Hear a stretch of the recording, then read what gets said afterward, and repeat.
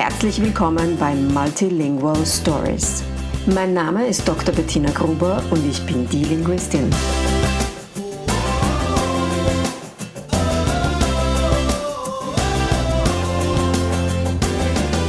Ich unterstütze voller Begeisterung mehrsprachige Familien mit Herz und Verstand auf ihrem individuellen Weg, damit ihre Kinder alle Familiensprachen erfolgreich und mit Leichtigkeit lernen können. In meinem Podcast bekommst du sehr persönliche Geschichten von Mehrsprachigkeit aus der ganzen Welt zu hören. Lehn dich zurück und lass dich inspirieren. Ich freue mich riesig, dass gerade du heute wieder bei den Multilingual Stories dabei bist. Wenn dir meine Arbeit gefällt, dann unterstütz mich doch super gerne mit einem Kommentar und einer Bewertung in der Podcast-App deiner Wahl. Ich freue mich riesig, wenn ich dort von dir lese. Und jetzt geht's gleich los mit der heutigen Folge. Viel Spaß dabei! Hello and welcome to today's episode of Multilingual Stories. I just spent half an hour chatting with today's guest until I said we have to start the recording now. Hello and welcome to Andres Diaz Bedolla. Welcome, and it's such a pleasure having you in my podcast today. Thank you for inviting me. Please introduce yourself to our guests, to our listeners. So my name is Andres, and I am from Mexico. I'm 35 years old. I'm married. I have a beautiful daughter named Sofia, and I work in e-commerce and digital skills talent training. How come you're here today? Like, what's your language story? You speak excellent English, but you were born in Mexico. How come? Born and raised in Mexico City. Starting learning English probably when I was, maybe 6, or even before that, maybe 5. Kindergarten already starts introducing you to English, but then I went to a bilingual school. So half the day was in English, half the day was in Spanish. I don't think I don't know the names of the clouds in Spanish because I learned that that class was in English. And then we had the choice. So when I was 6, I started just taking every opportunity I could to just go abroad and learn more about the rest of the world. And so when I was 6, I went for the first time by myself, to a camp for 2 months to the US. What? What? Yeah. Did you decide that? Did you say, I want to go there, or were you sent there? My brother was going, but he was 9 or 10. He was 10. My sister was 8. And so my sister was going, my brother was going, and I was like, I want to go too. And they only accepted kids starting from 7, but I worked my way in. And so I went there when I was 6. And so I spent a couple of months in summer camp in the US, learning English and playing tennis and playing soccer. And then when I was 7, turning 8, I did the same, but in Dublin, in Ireland. So I went there for a couple of months when I was 8, and I did horseback riding, and I did a lot of sports and also some language learning, and I loved it. And so also some language learning, and then it was really strict. You couldn't speak Spanish, right? There was a bunch of Mexicans. There were people from all over, but there were a bunch of Latin Americans, and if they caught you speaking Spanish 3 times, you would get sent back home. Yeah, so we couldn't speak Spanish. So even though we didn't speak the best English back then, we were just and they were like, if you don't know how to say it, don't say it. Wow. So, okay, just to be clear, you know, I do not endorse that at all. No. And it was, I don't know. It was weird. But it was just a bunch of international kids in this summer camp, and it is intensive language program. And then when I decided to do it all over again for a year when I was 12. And so for my first year of middle school, I spent that in Dublin, in Ireland. You actually chose to go back to Dublin? Yeah, that's a really good reaction, because I always wondered why do they send a bunch of Mexican kids to Dublin to learn English, right? Yes. It is such a thick, Irish accent. And can you do Irish? I've lost most of my Irish accent only when I say Ireland or Dublin. I love it. But yeah, I thought it was a weird thing. But then I realized, no, it makes sense because out of the English-speaking countries, I think Ireland is the one that Mexico has the most common with. Like they're big Catholics, they're big religious, they're like big families, very religious, very party oriented, very loud, and so. And so I think we actually like in the English speaking countries, I think Ireland is the one that we could actually relate to the most. Like we would get the super interesting. Yeah. And so I loved Ireland. I just loved the freedom that Ireland gave me. And I mean, I grew up in Mexico City, like streets, cars, honks, and smells, and just Ireland, just green everywhere. And I love that. And so yeah, so I decided to spend first year of middle school when I was 12 in Ireland, and it was tough. I mean, it was like a military religious school.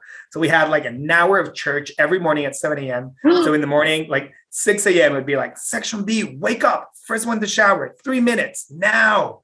So you'd have to jump out of your bed and start in your shower, and it'd be like 3 minutes, 2 minutes, 1 minute. Out of the shower, second one, in now. And so you would have 3 minits to make your drawer. Wait, hold on. You just said like a minute ago, I loved the freedom of Ireland. I mean, the scenario, not really the school. The school was intense. And but yeah, it was crazy. And then so we would have to go line up. And then the deans would go back to the dorms and like do the coin test in our beds. Like if the coin didn't bounce, then the bed was not tight enough. So then they would just take it and like rip it apart, and they would check your drawers. And if there was one shirt that was not perfectly folded, they would just take the whole thing. Hold on, like, you're not that old. No, we were 12. What year was that? That was 1999, 2000. That is crazy. I'm shocked. It was very intense. It was very, very intense. But I mean, we were so young that we didn't like, we loved it. It was a competition all the time. I don't think it's very healthy, like for mental health. But yeah, I mean, I'm a very competitive person. And so it was a constant competition all the time. And yeah, so I spent there middle school and then went back to Mexico and then continued my studies in Mexico. Then I decided to, well, when I was 18, I decided to go to France for my sabbatical. So I decided to take a little bit of time between high school and university. I had no idea what I wanted to study. That was one of like, it's to this day, I talk to this a lot with students and with young people. I have a conference. I don't know if I can swear here, but I have a conference called Bullshit. And yes, you can swear here. and the conference is literally telling 18-year-olds, bullshit, you have to choose what you want to be in life right now. I want to speak at that conference. Yeah. Yeah, I love it because I make them yell. And the schools hate me because I never tell them that this is what the dynamics are. But then I just make the kids stand up and yell, bullshit. Because it is bullshit to ask for them so much responsibility at such a young age. And so I was not ready to decide what I wanted to do. And I still wasn't ready when I came back. And so I went to France to study French. I went to this program. So I asked, like, what's the best like French learning program in France? And they told me, so there's this program that the government uses. So every year, France gives 60 scholarships to Mexicans, Koreans, South Koreans, and Brazilians. You have to learn French in 3 months and then go on to a grande école to study your degree. And so the French government pays for your 3 months of learning language so you can go and study your degree there, because France has no engineers because they all go to other countries. And so they're bringing engineers from abroad. And so I did that program. And so I went to a little town called Vichy. Yes. It's famous for the cranes. Yeah. And the water. The water, yeah, of course. And also because it was the Nazi capital of France. So that they don't say a lot. But that's also what that city's famous for. So I moved there and I did a 3-month intensive 7-hour per day French course. And I had the choice. It could be a 6-month program. And that was supposed to be what I was going to do, 6 months.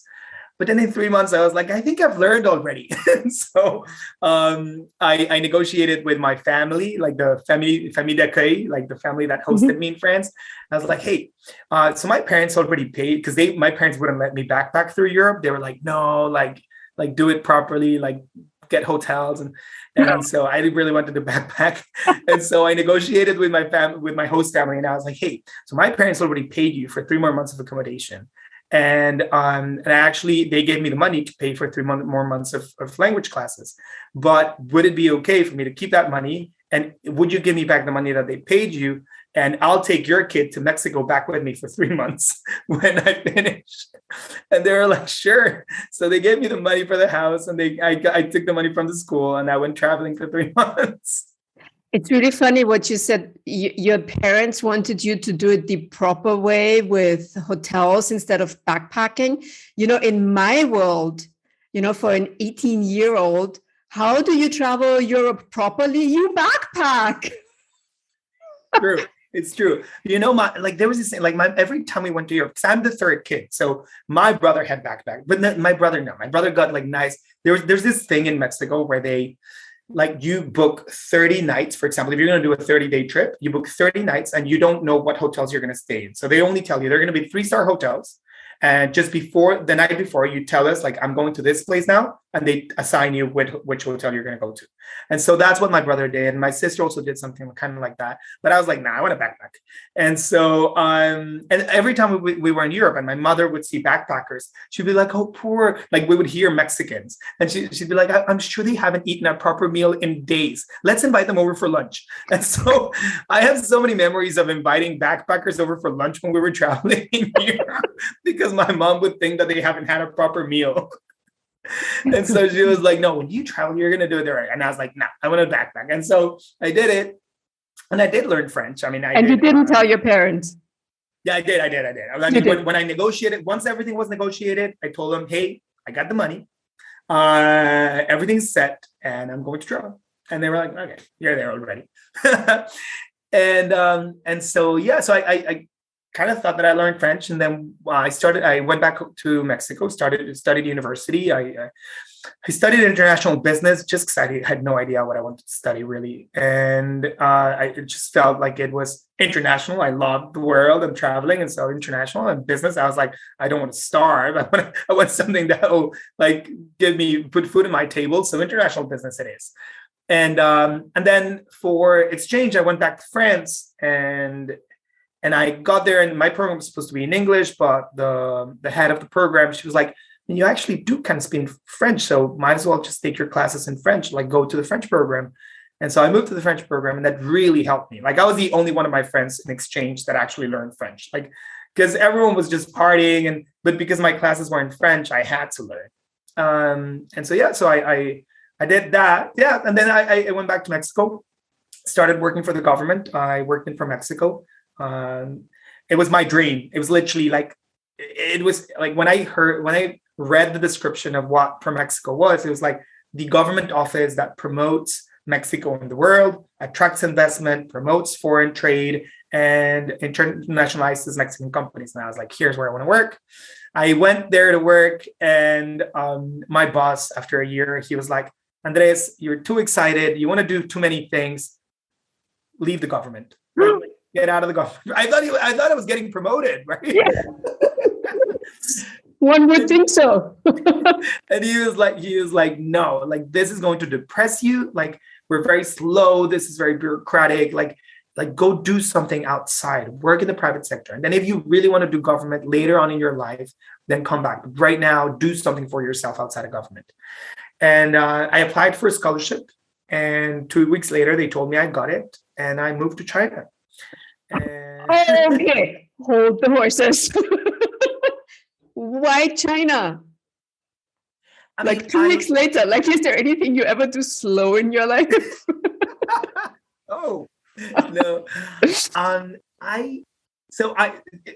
When I was working in Pro Mexico, I was in charge of attraction of investment for automotive industry. And I had a bunch of Chinese companies. And so I started learning I realized that I knew nothing about this country. And, I like traveling, and I like knowing other ways of living and other cultures. And I was like, I feel so ignorant to this culture. And when I found out that China had lifted 700 million people out of poverty in 20 years, I was like, why aren't we studying this? Like, why aren't we there trying to learn from what they did? And so I was like, I need to do this. And so I presented a project to study the model of poverty alleviation in China. And I went to do a master's in economics. And so I won the scholarship through. Did you speak Chinese? This is the best part. I thought my master's degree was in English.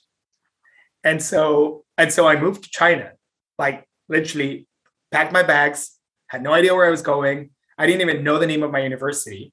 They lost my bags on the way. So they lost my bag that had all my papers for university. They didn't even know how to pronounce my university.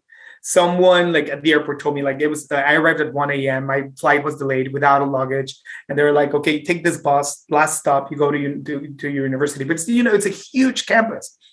So I was walking for an hour trying to find the international student dormitories. I didn't have my papers, so they wouldn't let me in. And I was just like, just let me sleep here in the grass for 3 hours, and then I'll wake up and we'll sort this out. They gave me a room, went through registration, and I see everyone speaking Chinese around me. And I'm like, maybe I'm late. Maybe they're like second year students and I just arrived. And this Italian girl turns to me and she goes like, don't you speak Chinese? And I'm like, no, but my program's in English and I'm going to learn Chinese too. And she's like, no, programs here in Chinese. There's no English programs. And so we go to the front and she asks the girl, like, hey, there's this Mexican guy here saying that he's going to study economics in English. And the girl goes, Shema, which is what? And yeah, he thinks that his work is in English. And she's like, Mayo, no, there's no English taught programs here. His program is in Chinese. He's enrolled in the economics program in Chinese. And so, I said, what do I do? And I had already thrown a huge party to say like goodbye to all my family and friends. I was not going to go back to Mexico. I decided, I was like, okay, I learned Chinese. I'll drop out and I'll just enroll in the language program. But I was like, if I can, I'd like to learn Chinese as fast as I can to do my economics program within 2 years. And they were like, yeah, that's parents all listen up. Please listen closely to this. And I asked like, how many years does the language program take? And they were like, well, if you go all the way to I, it's 2.5 years. And I was like, could I do it in 1 year? And they were like, you would have to do 2 levels instead of 1 every space. And so it's like, I'll try. And so I did A, B, C, D, E, F, G in 1 year. And they allowed me to start the economics program the second year in Chinese already. And so, some people will be watching the YouTube video. They can see my face now. That's incredible. I mean, Chinese is like, yeah, okay, you speak Spanish and English, fine. And you learn French, it's a Romance language. So, you could piggyback a little bit on your Spanish that, would make it easier. But Chinese, that's a whole different ballpark. Yes, it is. And I think that's what's so refreshing to me. I mean, I remember that when I first got there, I used to say, like, I don't want to learn how to write. I think that's a very common thing that everyone says, like, I just need to learn how to speak. But when I got there and I started learning about the characters, I just fell in love. I mean, these are like 4,300-year-old like cave paintings that became a language. And so there's stories behind every single character, and they show you how Chinese people think and act and what they expect of life. And so I thought it was so refreshing to just like erase. And I felt so fortunate because I was like, who can, after graduating from university, like at 23, take a year off their lives just to learn a language, to do nothing but learn a language? I think that's a great opportunity to have had that not a lot of people, because you start working and then like I'm already getting paid. Like I don't want to go back to being a student. And so, and I was a starving student for 2 years, but it was such an amazing opportunity to be able to just take the time off and learn a language. That's amazing. It's very privileged too. but an amazing opportunity. And the fact that you could grab it like that and see it and seize it at that age is amazing in itself. So I've had other people who had Chinese as like a second or third language in their lives in my podcast. And I always ask the same question. Please tell me how you handled the tones. How did you learn them? Like, do you hear them? Did you hear them from the get-go? Yes, I have a good auditive sensibility to languages. And so it was not necessarily that I remembered what tone it was, but I remembered how to say it. So when it came out of my mouth, it came out in the tone that it was supposed to be.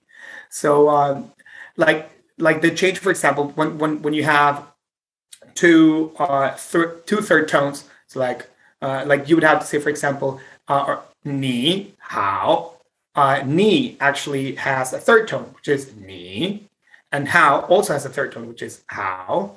But when you have 2-3 tones together, then the first one becomes a 2-tone. So ni hao, and those kind of things. It kind of just like from listening to it, I could kind of replicate it, and I would actually make the right sound. So that helped me a lot. And then I figured out, because I speak really fast. I was like, if I just say really fast the first part, and I just really pay attention to the noun, you know, like the word that I'm trying to say. If that one has the right tone, then the rest is okay. I like that strategy. So you went to China, you studied Chinese. This is where you met Anna. This is where I met Anna. So I met Anna at university. I mean, we like to say that we met at university. We met at the university bar. So for the avid podcast listeners, you know Anna already, Andres's wife, because she's actually the one taking care of this podcast. So this is super exciting. So you met at the university bar. We met at the university bar. A friend of mine was hitting on her. A friend of mine was trying to get her number. And I was really impressed with her from the beginning, and I knew a friend of hers, and so I kind of went to like I knew that my friend, like, she was not having any of it with my friend, and so I went over there and I was like, I'm sorry, I'm gonna take him out of your way, and she was like, you stay. And so okay, and now you have a 2-year-old daughter who is growing up quadrilingually. Amazing. So I have to ask about the languages now, because we are in multilingual stories after all. Yes. What's your French like these days? So I thought it was much better than it is. I actually, with Anna the other day, a colleague was like, hey, we have this conference for a bunch of French techpreneurs. Could you do it? And I was like, sure, of course. And so I started doing it, and then I realized how rusty I am. Like, Anna went out of the room, and she was like, "What are you doing?" And I was like, "I'm sorry." I mean, because in China, I had a business partner that was French, so I spoke French almost every day. So in China, it was pretty good. But then the past 3 years, I've spoken zero French. But yesterday, I arrived to Belgium, and I felt because true. 10 days in France and in Germany, and not understanding it just freaks me out. And so I arrived to Belgium yesterday. Yesterday I went out to dinner, and I could like talk to the waiters and communicate myself. So I was like, okay, I just need a week to like just get in the mood, and then I am good. I mean, I came to a point where I was really fluent. Like I was level C1. And so I came to a point where I was really, really fluent. And I think I think you cross a point with languages where you can't go back. It's still always with you. Yeah. And so that's how my French is. But at home right now, English is our like family language. I still speak English with Anna. That's how we met. That's the language we spoke in our lives. And so even though now she speaks Spanish, pretty good Spanish now, we still communicate in English. But my friends do tell us that we say weird things in weird languages. Like, of course you do. Like we do a couple of things in Chinese, because Chinese have these things like idioms. They're like 3 or 4 characters that say so much. Like, I'm not going to make it on time is in Chinese, 来不及. it's just so simple. Laipuji. Yeah. and so it's so much easier to just say like, hey babe, Laipuji, or Zoba, like, let's go. Just so a couple of things in Chinese, and then she understands French too. She studied French in school, and but the languages are English at home. I speak English with my daughter too. I was going to ask, do you speak Spanish with her or English? I speak English is the main language, but if we're in a situation where we're in front of someone that doesn't speak English, I'll switch to Spanish. Okay. And she hears me working in Spanish, so she knows that I speak Spanish too. But no, she speaks Spanish to my family and in life because we live in Mexico, right? So she hears everyone speaking Spanish. But I speak English to her, and it was, I mean, I speak with Anna in English, so it's not that much of a stretch. I feel just as comfortable in English as I do in Spanish. And so I sometimes even more. And so I felt like she's going to go to German school, and they're not going to have English lessons until like further on. And so I was like, I don't think there's anyone else that could teach her better English than her dad. So might as well just speak English with her. She'll learn Spanish because we live in Mexico, speaks German to Anna, and she used to go to Russian kindergarten and speaks Russian to her grandparents. I heard Anna just told me yesterday that she actually answered them in Russian. So she's really good. Like, she not only answers, she communicates and tells stories. Amazing. And we're really impressed. That's amazing. So, but where's your German and where's your Russian? I know. And this trip was supposed to be I was like, we're gonna be there for 9 weeks.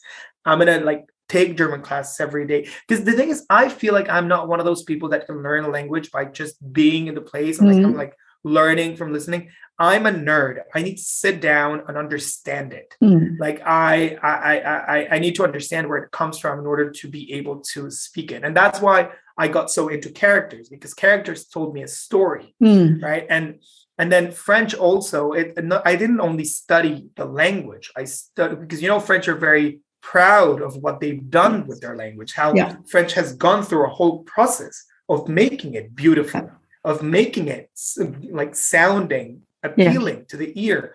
And so all those things behind the language are what really get me into learning a language. And so I need to sit down and study it. And so that's why I feel so fortunate that I got the opportunity with English, French, and Chinese to take the moment to sit down and study and immerse myself 100% in the language. And so I know that if I want to learn German properly, I need to literally disconnect for 3 months and do nothing but learn German. And that's something I do want to do. I haven't found the time because it's been really hectic and busy the past years, but I really want to do it. I still want to do it. And then this trip, we were going to do it for 2 months, but then when I was coming for work, they were like, well, if you're going to be in Europe, it'd be interesting if you could visit all the embassies, the main embassies in Europe, talk to the ambassadors about your project so that you can help with the promotion of Mexican exports. And so right now I'm in Belgium. I'm meeting the ambassador later today, and I'm going to Geneva to meet the ambassador, and going to France, to Madrid, to Germany. Oh, wow. Oh, wow. So it became a work exciting, but this was also supposed to be family time, right? Yeah, I mean, which I think also it's nice because I don't speak German and Russian, so it's very difficult for me to communicate with Anna's parents. Yeah. And so I feel sometimes Anna has to be between trying to translate or not anymore really so I feel like it's also okay for me to step it's just 3 days. I come here, come back, and just have her enjoy her family. Cool. And her family is just, for me, it's so difficult to learn something out of them because it's Russian and German flying around the table. So it's very difficult to say wait, that was German, wait, that was Russian. So, everyone under the age of 33 speaks German, and everyone over the age of 33 speaks Russian, but they speak with each other. Yeah. And so so it's very difficult for someone that doesn't speak neither of those languages, that is trying to learn a little bit to try to get which one it is and try to separate them.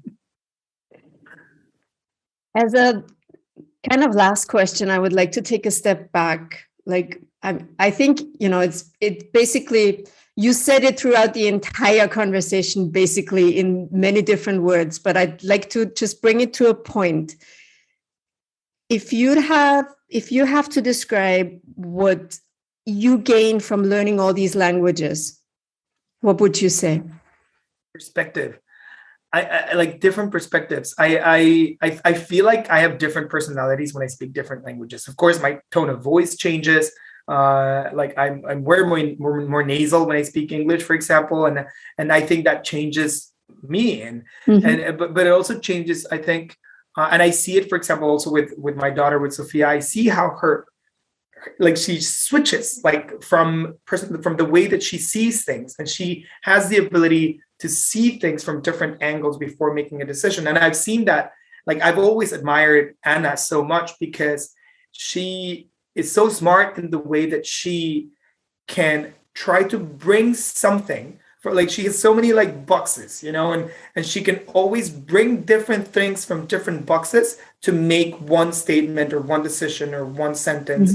So she mixes all of her different cultures and languages into one. And so I have this colleague in China. She used to tell me that languages were like installing softwares in your head. It's it gives you a whole new way of interpreting things, and I think that's what's given me. I think I first realized it with French, because not speaking French in France always leaves you as a foreigner. And you'll never be, like, if you don't speak French in France, like, you're never going to have French people open up to you. And I feel like sometimes French they don't like to, like, if they don't speak English perfectly, they prefer not to speak it. And so sometimes you might think that they're rude, where they don't want to talk to you, or they're cutting in their conversation, and it's just because they don't feel comfortable in the language. And so when I learned French and I saw French people's eyes just open up and just share so much more, and I got to understand so much more of the culture, and I was like, this is it. I mean, it's a key.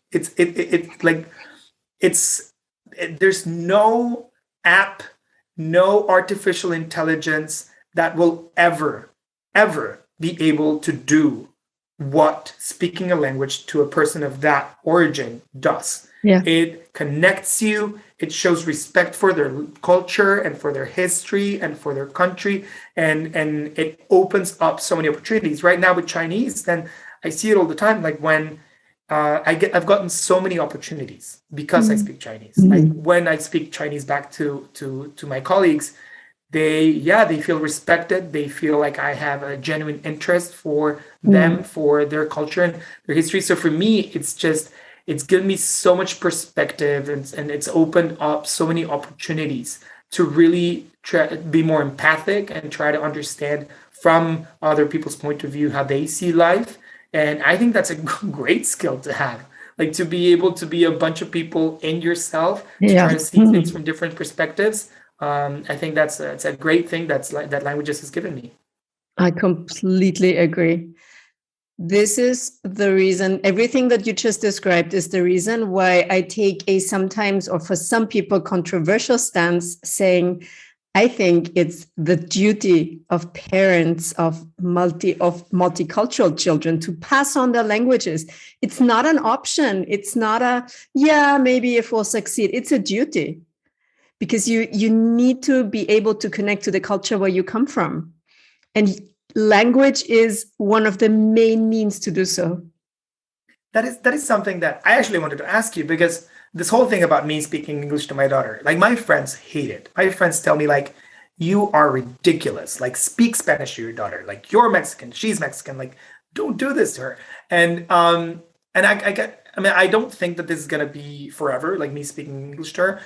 Because I do not only want her to speak Spanish, I want her to speak Mexican. I want her to speak, Of I course. want her to have the slang. course. I want to have inside jokes in Spanish with her. Of course.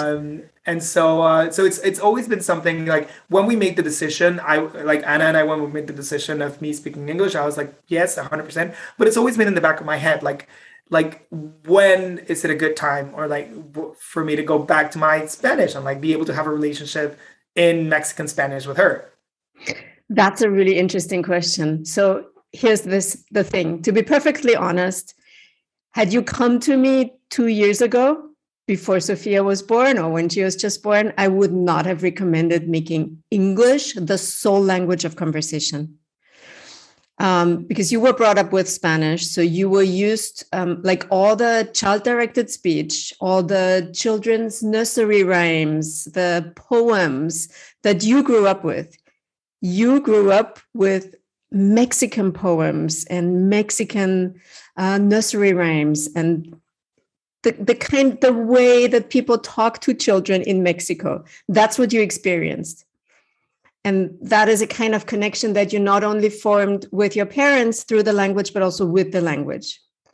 So you would have been able to pass that on, even if you don't have a conscious memory of that.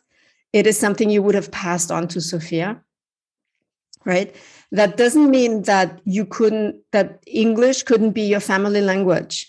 That's still possible, but you could do both, actually. If you really wanted to pass on English, you could say, like, when we're all together, we just speak English with each other, right? I speak English with my wife and I speak English with my daughter. But whenever you're alone with her, and I don't know, when you put her to sleep, when you read her a book, when you cuddle, when you play, when you goof around, then Spanish was your first language. Okay, and it's okay, because that's the thing, how everyone says, like, and I think it was an older theory, like, if you're going to speak a language, just speak one language to her. Like, one parent can only speak one language. That's a misconception that it does not represent the reality of a lot of multilingual people, because for that to be possible, you need to have one parent that speaks one language and another parent that speaks another language, full stop, right? But the reality of life is very different. So here's the reason why people think that this is the only method. The first published study, I think it was 1912, was published by a linguist who happened to have, I think, even 2 children who were growing up bilingually, because he spoke one language and his wife spoke another language. So that was the method that he observed. It was an observational study of his own children, longitudinal. And we know that this method works. But just because we know that this method works doesn't mean that there can't be other methods that work too, right? Then you just need to find the way that works for your family. I've always, the songs, for example, nursery songs, Spanish, and we do read books in Spanish since she was born. So that, like, nighttime, that we've mostly kept in Spanish.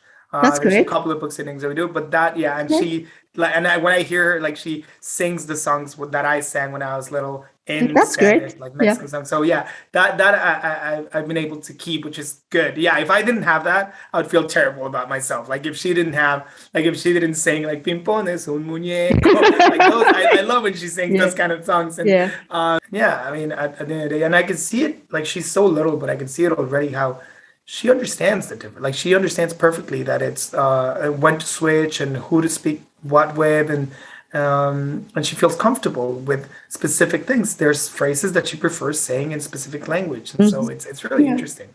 Yeah, that makes perfect sense. Yeah, like doing a little mini experiment at home. It is. Yeah. If you were a linguist, you document it. But to be perfectly honest, I didn't. With my firstborn, I thought I should document it, but I didn't.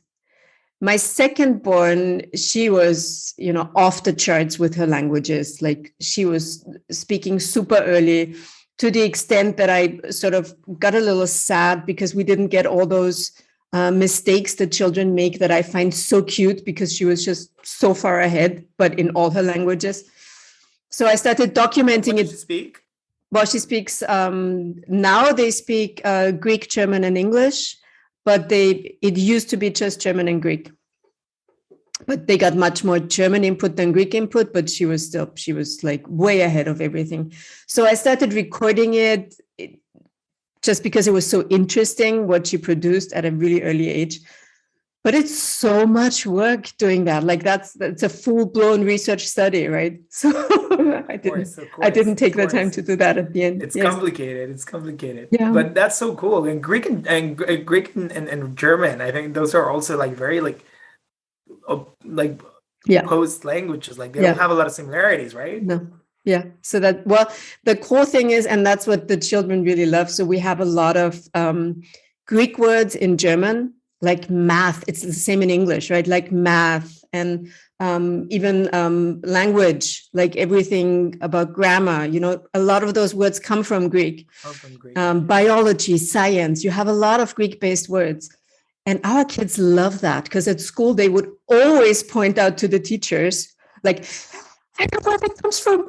You know how to pronounce that in Greek? So they teach the teachers.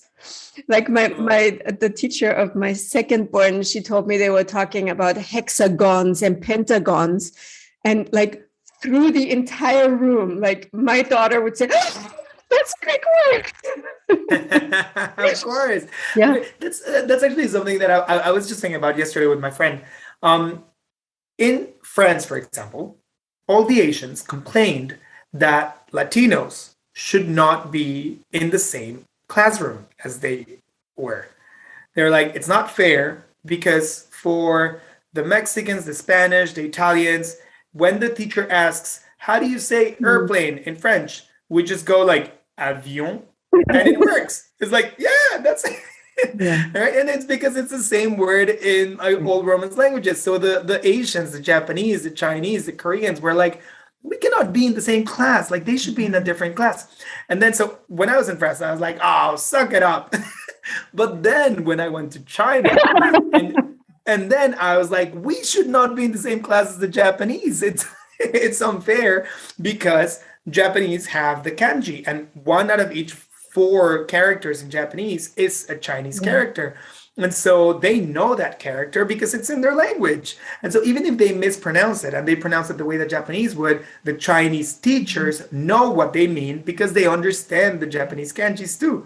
And so the Japanese will say something and the rest of us will be like, no, that's not right. And why did you continue? And it's like, oh, because I know what they mean. Like, okay, no, the Japanese should go to a different class. That's really funny. Yeah. Yeah. It's also interesting to see children because children, they do make transfer mistakes, like the transfer one concept of one language to a different language. That could be syntax, it could be morphology, or it could even be a word that they just, transfer. And it's really funny to see the differences between children, what they do when the languages are really similar, as opposed to, when the languages are really different and what kind of mistakes they make. We learn a lot about how language works and how we process language by looking at the mistakes they make. It's true. There's a lot like that because we are so used to thinking that the conversions from Spanish to French will always be the same. So, but there's sometimes where you try to do that and it doesn't work. Yes, absolutely. The same with English and German, actually. There's a lot of false friends, a lot of traps that people fall into. Exactly. Like all of the others work like that, but that one specifically doesn't. Amazing. So this was it was the longest podcast conversation that I've ever had. But it was so fun and so many amazing stories. I bet we could talk another 5 hours at least. I'm sure. It was really nice. It was super nice. Thank you so much for your time. Thank you for sharing your stories and your experience. I loved it. And I'm sure that a lot of people can benefit a lot from it and be entertained by your stories. Thank you so much. Thank you so much, Bettina. Wie schön, dass du heute wieder bei den Multilingual Stories dabei warst. Wenn dir meine Arbeit gefällt, dann denk daran, mir doch einen Kommentar oder eine Bewertung in der Podcast-App deiner Wahl zu hinterlassen. Darüber würde ich mich riesig freuen. Und wenn du immer auf dem Laufenden bleiben möchtest, was es bei mir Neues gibt, dann trag dich doch in meinen Newsletter ein. Wir stellen dir den Link dazu natürlich in die Shownotes. Gib mir einfach deine E-Mail-Adresse, dann unbedingt kontrolliere noch einmal deine E-Mails, auch möglicherweise deinen Spam-Ordner, denn du musst mir noch einmal bestätigen, dass ich dir auch tatsächlich Informationen schicken darf. Und schon bist du bei mir auf der Newsletterliste. Ich freue mich auf dich und bis zum nächsten Mal bei Multilingual Stories.